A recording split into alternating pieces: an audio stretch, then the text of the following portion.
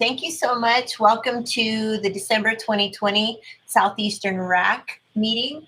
We really appreciate you being a part of the public process, either if you've taken the time to already send in a comment or to view the meeting as it is occurring.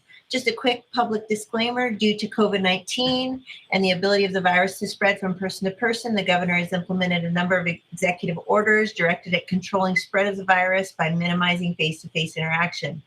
Public gatherings are strongly discouraged by the CDC, state of Utah, and local health departments, since they facilitate face-to-face contact and pose an elevated risk for virus transmission. The Division of Wildlife and the chair of this public body has determined that public meeting gatherings, such as the Regional Advisory Council and Wildlife Board, present a substantial risk to the health and safety of those who attend. And I will be conducting this meeting using a fully electronic form. This meeting format is authorized by recent amendment to Utah Code 1 and executive orders by Utah Governor Gary Herbert, and will be temporary used in place of in-person public meetings that usually occur around the state. Anyone wishing to comment on agenda topics in the future or to observe this meeting may do so by logging into the division's web page. And that being said, I'm just going to make a quick comment. I realize that this format is difficult, especially our goal is to have the public involved, and we want the public to acknowledge that we are doing the absolute best that we can. We take your comments to heart.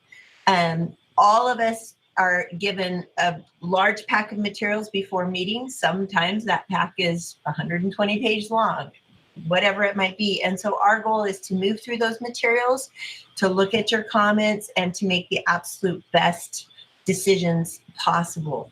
And so I just want to make sure that you understand that and that your voice is being heard.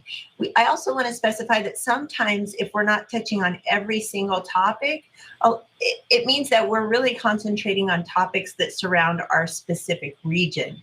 But the Wildlife Board takes great care in moving item by item through those recommendations. So know that your region may, be looking specifically at region-specific topics, but the Wildlife Board looks at the entire state. Chris, did you want to add anything to that?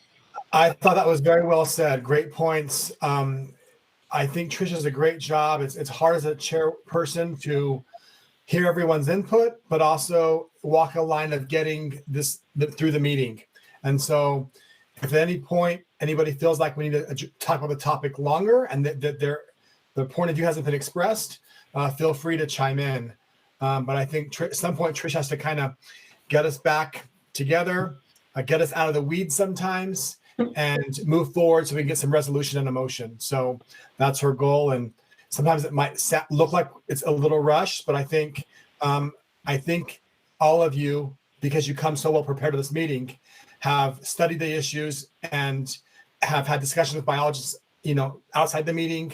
And sometimes she has to get us going towards emotion. So I appreciate that. Thanks, Chris. I call it herding cats. He calls it getting us out of the weeds, whatever you want to say. All right, so we're on to agenda item number 2, which is approval of the agenda and minutes. Do I have a motion on that?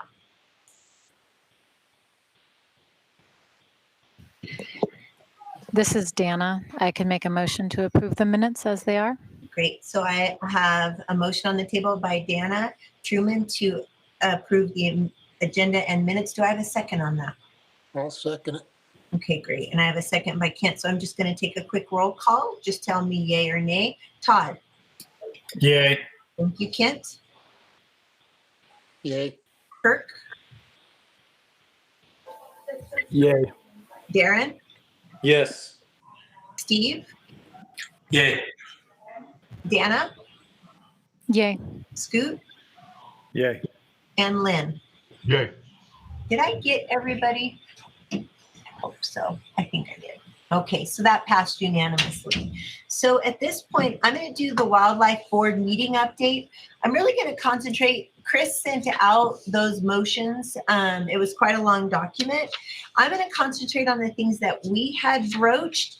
Donnie is here, and if you don't mind, Donnie, if we have additional, questions, maybe I might have you jump in at any moment if you don't mind. So one of the items on the table was waterfowl recommendations, and there was a motion made and it passed unanimously. It said, I move that we deny any new blinds, allowing the existing 20 blinds to stay for 10 years, and at the end of those 10 years, for those to be removed. On to big game. So there's quite a few here, but again, I'm going to just kind of touch on the ones that were pertinent to us that we had gone to the board with. A motion was made and passed unanimously to reduce the general season elk spike hunt on the Book Cliffs to 5 days. So that was kind of interesting. Another motion was made and passed unanimously that we do not approve the recommended age class on the Book Cliffs, Little Creek, and keep it at 7.5 to 8 years old. We had another motion that was made and seconded, and then it failed. Move to keep the Central Mountains Nebo age objective at its current objective of 6.5 to 7, and that motion failed, but it was made, and that was something that we had brought up. We had another motion made and was passed 3-3, and then Chairman Bateman broke that. A motion was made that we move 9 Mile Anthro to a limited entry hams hunt instead of the recommended any bull hunt. Okay. We had a motion made and passed 5-1.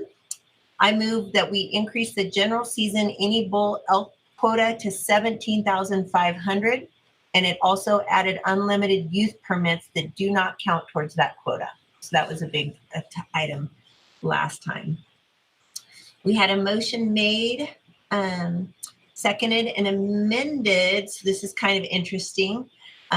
I move that we extend the archery hunt on any bull seasons by 9 days for the next 2 years until the elk committee reconvenes and has time to discuss it.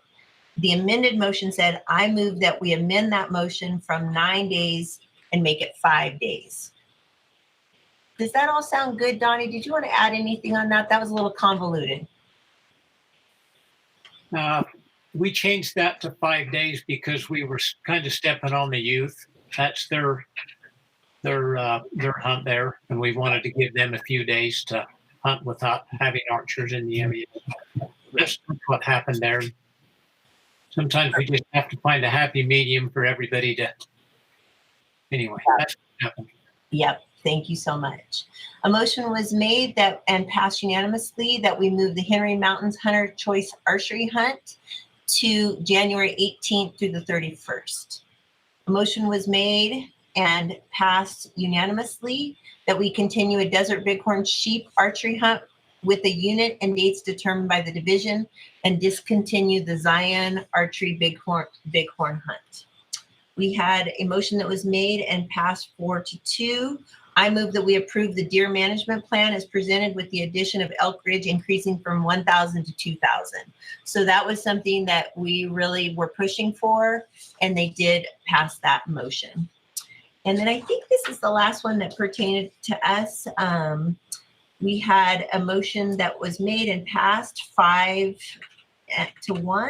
I move that we approve. So this is kind of interesting, and Scoot, this pertains to the LOA that we were talking about. I move that we approve the LOA permits at the 2020 allocations, with the exceptions of decreases due to decreases in public permits on a unit, and with the exception of LOAs that qualify under the same proposal for additional permits, keeping the proportions the same.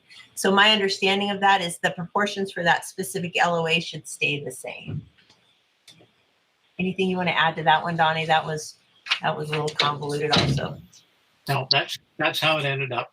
Okay. They stayed the same. So are you guys all good with that? Do I have any questions on that? There's a lot. Okay.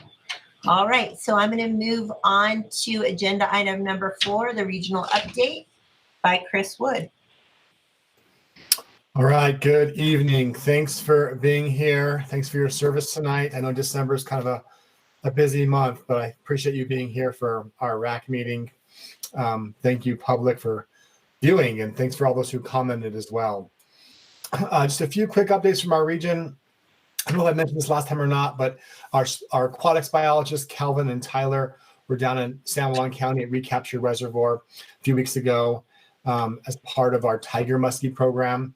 They're using fish from Recapture to take up to Logan at our fisheries experimental station. So we can, they took 30 northern pikes and 5 largemouth bass. We need some more fish from that reservoir for the program. They'll get disease certified, and then they'll be put to work. We'll be back there later this year to collect more fish. Our aquatics biologists are also working with the city of Moab. There's an old Moab City Park pond that has a lot of carp in it, really big carp. And there's concern that the carp in that pond is maybe messing up the balance of that area a little bit. So they've asked us to remove the carp. And so we're working with the city of Moab to drain that pond and then manually removing the carp. So if you want a carp removal day in the next few months, let me know. I'll put you on our list. Probably use some help. Put on your waders and get a pitchfork. Our habitat section's working with all of our partners, the BLM, the Forest Service, state lands, forestry, fire, and state lands, all of our nonprofit groups, sportsman groups, to propose habitat projects or watershed restoration projects for the upcoming year. And they just had a meeting yesterday, all the partners together to propose projects and to add input and collaborate together and see where they can improve projects. And then in January, those projects will be ranked. And then in July, those will be funded. So that's a big planning process is going on right now. Our law enforcement officers are working a case in Emery County. There was a 26-inch buck that was shot. The investigation is ongoing. Charges will probably be submitted to the attorney's office next week. You probably saw the news that our guys were in a helicopter a few weeks ago and ran into the monolith. Our guys don't like the media attention for wildlife issues. They certainly don't want media attention from the monolith. So it was the public safety was the helicopter pilot. A pilot from public safety was on the flight. He captured the video, and their agency gave it to the media, or and wrote up an article. And I don't know if they realized what was going to happen, but of course it blew up to international news. So Dustin and Wade and Brad were all famous for a few weeks. And you've probably seen their picture in a lot of memes in the last few weeks too. I certainly have. So anyways, that was part of our bighorn sheep flights. And they didn't want the fame, but they have it now. So let's see here. I've already apologized to the BLM. I don't think the BLM was ready for the attention either, and we did not know that it was going to hit the media. So they were surprised and we were surprised. So sorry, BLM. We'll try to give you a heads up if we have it next time. That would be awesome. Our biologists are working on bighorn sheep surveys. Like I mentioned, the South San Juan unit looked good, is what Guy told me this morning. There was quite a few lambs, so they were excited to see that. Everything else in the southern part of the state, San Juan County area, Grand County, looked pretty stable on their flights. We started deer capture this week. We'll start on Friday with the manti. Then we'll have the Book Cliffs next week, and then the San Juan. We usually invite the public out and sportsman groups, but this year with COVID, we're keeping it kind of in-house. And so we'll try to give you updates. But of course, these captures, we're putting GPS collars on deer to try to figure out their movements, their migratory routes, and their survival rates. And part of the big study we have with our sportsman groups and with BYU. Let's see here. And then today we finished up a mountain goat capture and GPS collaring.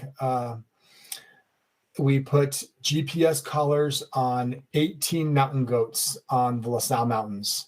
When we first transplanted the goats there, we had radio collars on them, not GPS collars.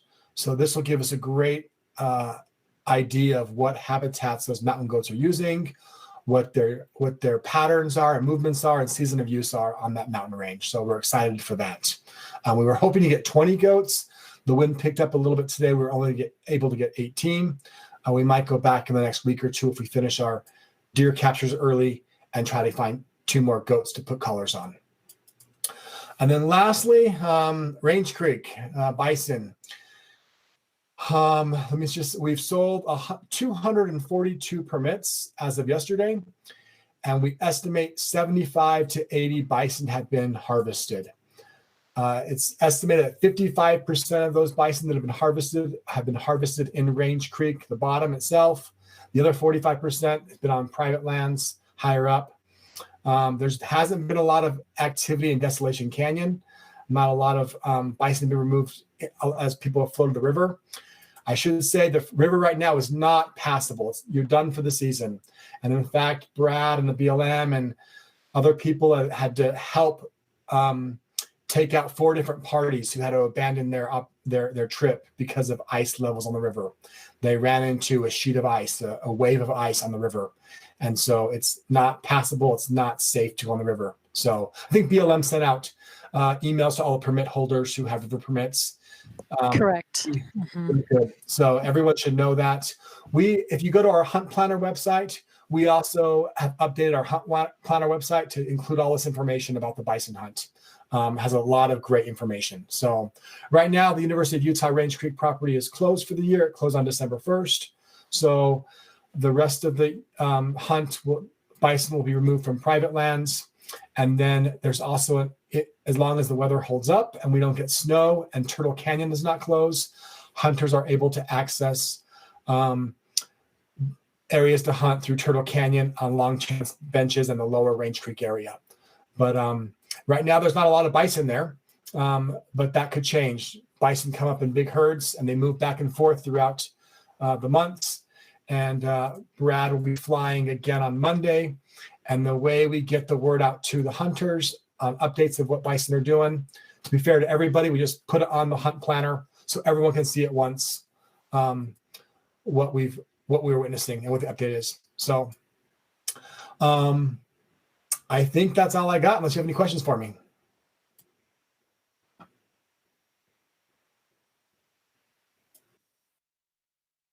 Okay, enjoy your meeting. Thank you. Thank you, Chris.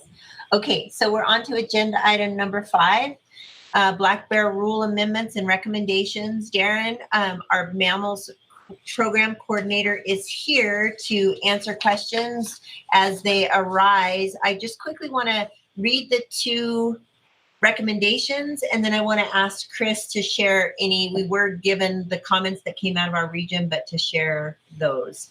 So recommendation number 1, under population management, add in verb, just, quotations, if a unit is placed under a predator management plan according to DWR policy W1AG-4, managing predatory wildlife, that unit will be managed under the liberal harvest strategy for the duration of the predator management plan and will not count towards the 25% of units managed under this strategy.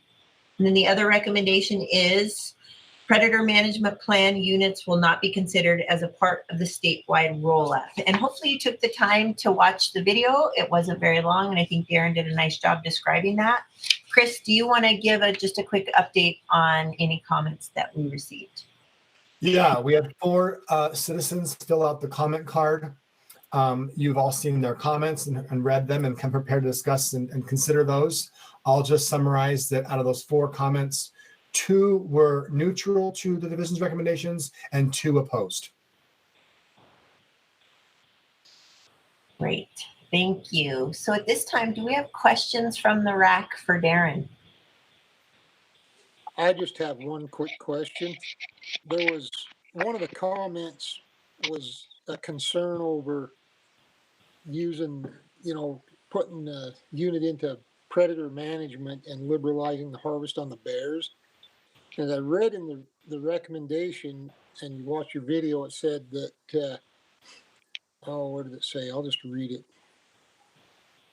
Okay, it says, predator management define actions the division director must take if we determine bears are preventing mule deer populations from reaching management plan objectives.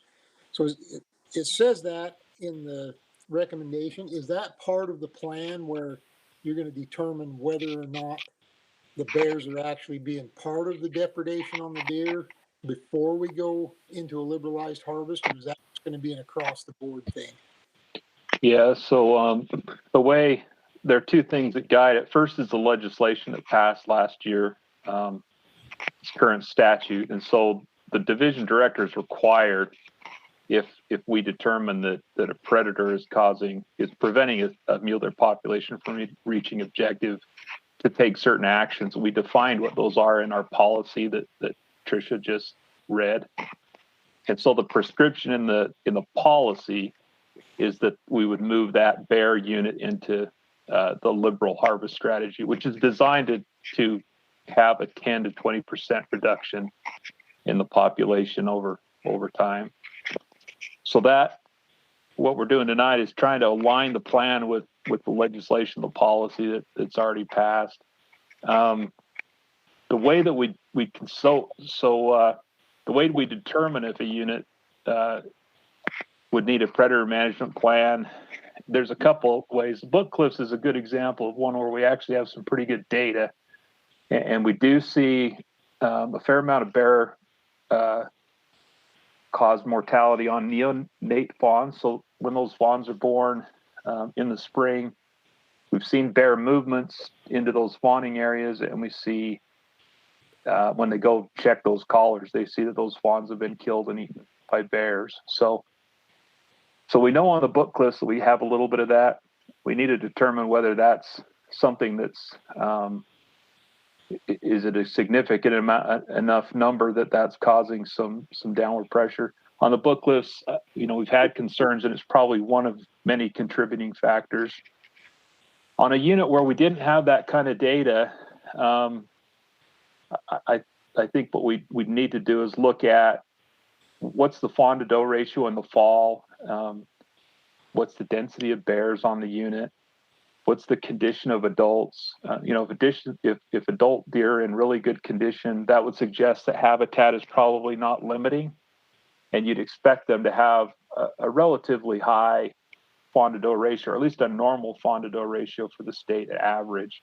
And if that's significantly low, you may have a bear problem. But we're really going to need to rely on our district biologists to know their district and help us understand where we may have some issues. So it'll be a little different than lions. I don't think we'll see as many units in predator management for bear as we do for lions, for example. But it is something that we'll look at. We consider that twice a year, in December and then again in the summer, when we have you'll see we just did deer classification. We've got fawn to doe ratios, and then again after the winter to see how those herds are faring after they've come through the winter. So that was a long answer, Kyle. Sorry. Hopefully I hit your question somewhere along that route.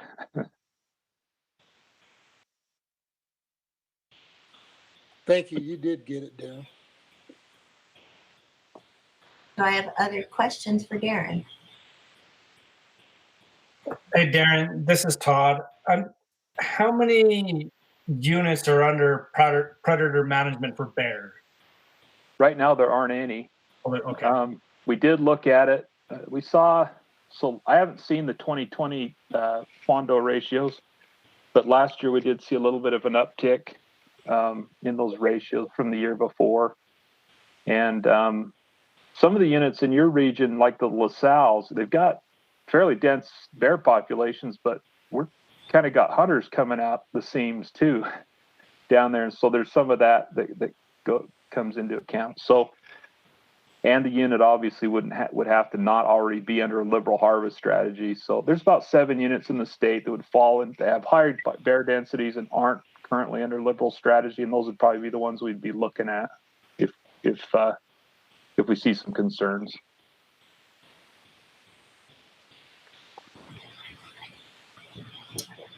Other questions?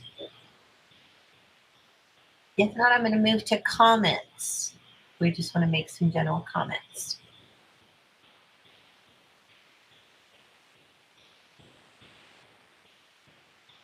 If I don't have comments, I would entertain a motion. I would make a motion to accept the division's proposal with the bear management. Okay, so I have a motion by Kent to accept Black Bear rule amendments and recommendations as presented. Do I have a second on that? This is Todd. I'll second it. Okay, and I have a second by Todd. Do I have any more discussion before we go to vote? Okay, I'm going to go ahead and do a roll call then. Todd, Yes. Kent, Yes. Kirk, Yes. Darren, Yes. Steve, Yes. Dana, Yes. Scoot, Yes. Lynn. Yes. Okay, and that those recommendations passed unanimously. At this point, we are done with our agenda.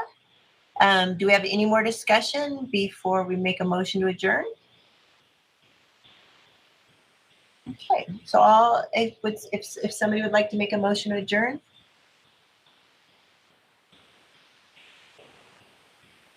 This is Todd. I'll make a motion. okay, so I have a motion by Todd Thorne. Do I have a second on that? Yeah. I can second it. Yeah, I have Dana. a second by Dana. Thank you. So let's go ahead and vote. Todd, Yes. thank you. Kent, Yes. Kirk, Yes. Darren, Yes. Steve. Oh, did I lose it? Yes. Thank you, Dana. Yes. Scoot, Yes. and Lynn.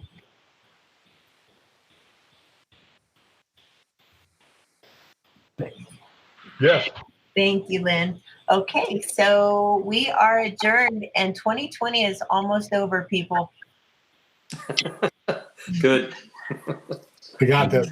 We got it. We got it. Thanks so much for attending. Thank you, guys. Yeah. Okay. Have a happy holiday. You too. Happy holidays. Be safe.